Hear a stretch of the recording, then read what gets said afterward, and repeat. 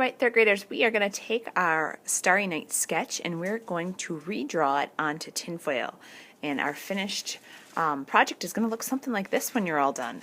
So, shiny side of the tinfoil up. If I flip this over, you can see that it's just not reflecting as much with the lights. So if you're struggling, not knowing which side to choose, have a friend help you out. Shiny side up. My sketch that we just did together, I'm going to take a pencil and I am going to try to redraw it as best as I can on the tinfoil. And in the video it's really hard to see my line, but you can see that it's kind of scratching in the tinfoil, just giving me a nice outline so I kind of know where to start with my color. So I am just looking at my sketch right up here, trying to recreate it as best as I can. And then I'll be ready to use permanent markers.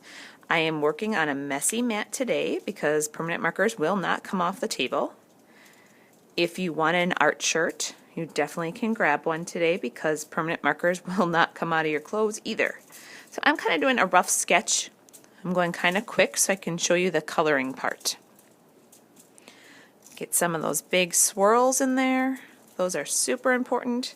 And I am just making circles for the star shapes. Spacing them out as best as I can. Color part. With the permanent markers today, there are different types of permanent markers. So these look different. They actually have a little bit different blue as well. So when we look at the real picture of the Starry Night, it's really dark towards the top. So I would experiment with the markers. Look to see which marker is going to give you a darker look. I think that the first one is darker. You could even do some mixing today. I really encourage you to try to mix. Vincent van Gogh did not color nice, dark, solid colors. He was really sloppy with his paint, and he really gobbed it on. So today, as you're using the marker, you can just use lines to color. You do not have to take the marker and try to color the whole piece in. It's okay if some of that tinfoil shows through. So when I get to the moon and the stars, that might have more of a solid color to start. But then what Van Gogh does is he creates these like dotted lines to make it look like the painting is actually moving. So a lot of dots, tiny dots, or you can use lines as dotted lines. Longer lines maybe is what I'm trying to tell you. As I show you my finished one, there are parts of the real Starry Night that are pretty solid, which means there's not a lot of the shiny tinfoil coming through, like this tree shape, really solid. I used green and blue and brown and black. Parts of the hills get really dark.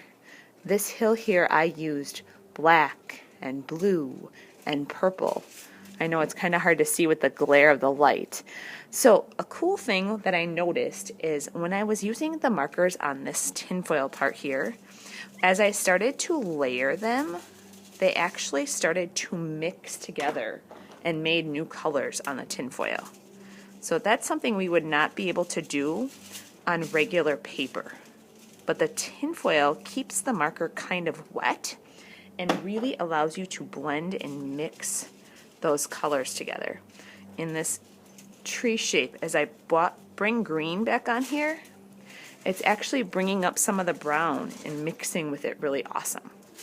So today, if you have lighter parts, like in the sky of Starry Night, it is really light blue. It's okay to have some of that tinfoil showing through.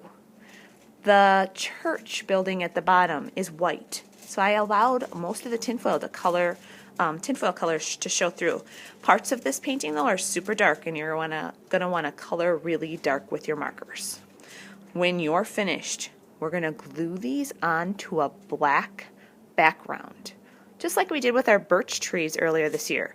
We're gonna try to get